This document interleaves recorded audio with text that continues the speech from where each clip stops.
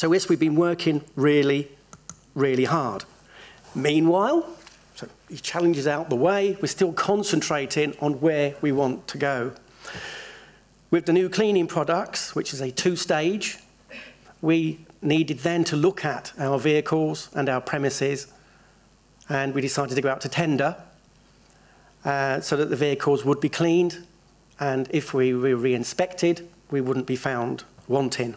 We used the national standards from the Department of Health to make sure that we had the assurance around our cleaning. We now have in place all of our vehicles, that's ambulances, response vehicles, PTS vehicles, A-cleaned. An A-clean is when you strip the vehicle out, clean it thoroughly and then put everything back in, once a week, every week. Our premises 7 days a week, 365 days a year, unless they're satellite stations where maybe you'd have one crew, in which case they'll be cleaned several times a week.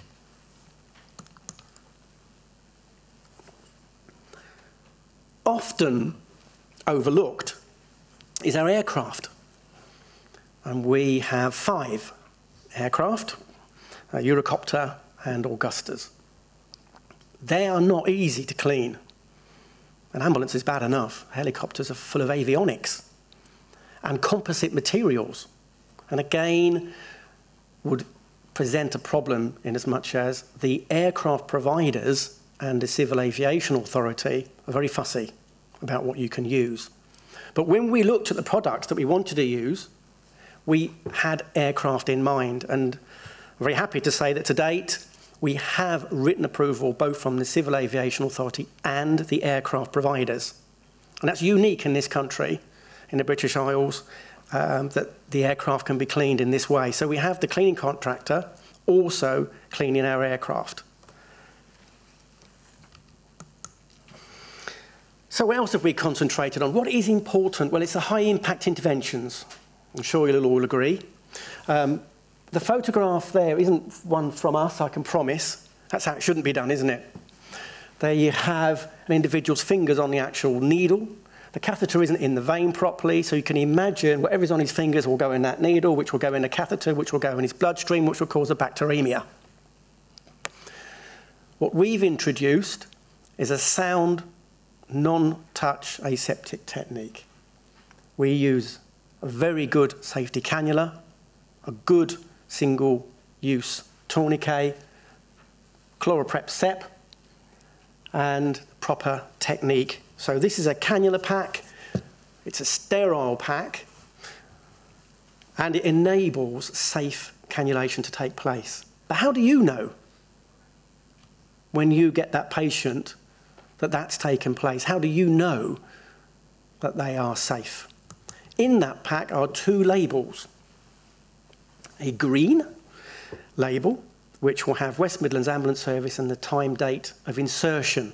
That tells the receiving unit that an aseptic, non-touch technique has been used with the products just shown. But whilst we can control what we do, we cannot control the environment we work in. So there will be times when cannulations are performed in less than ideal circumstances. If the clinician feels that is the case, he will put a red label on. Now, that doesn't mean that it's unsafe, it just means that he cannot be 100% certain. So again, the receiving unit is fully aware, and they can change that cannula according to their protocols. One would imagine that would be once they've established a line somewhere else.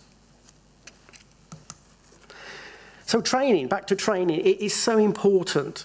Time and time again, you'll get from your staff that they feel that they haven't really had the correct level of education and training.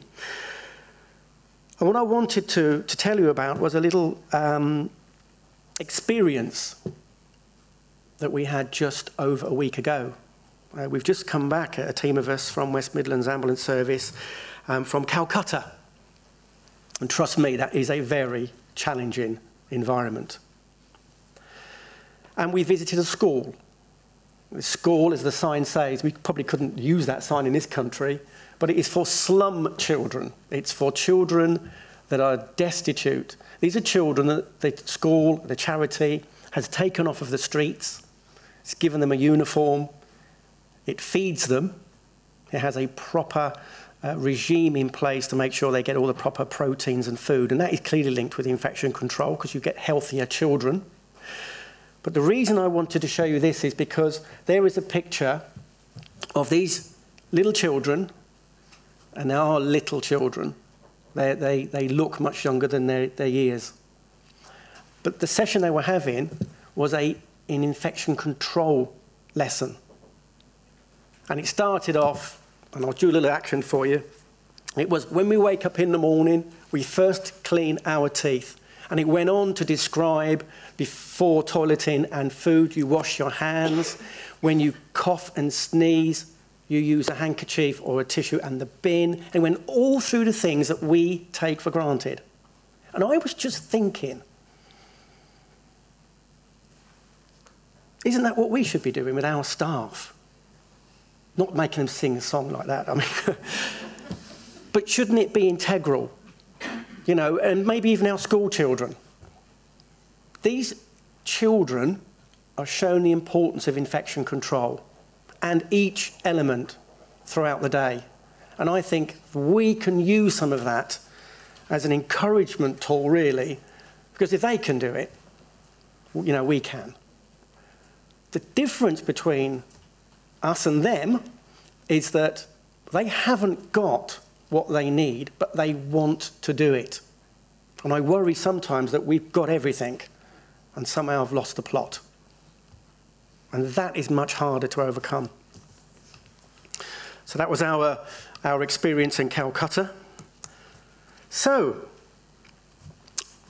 ambulance services are not just about getting from A to B in under 8 minutes.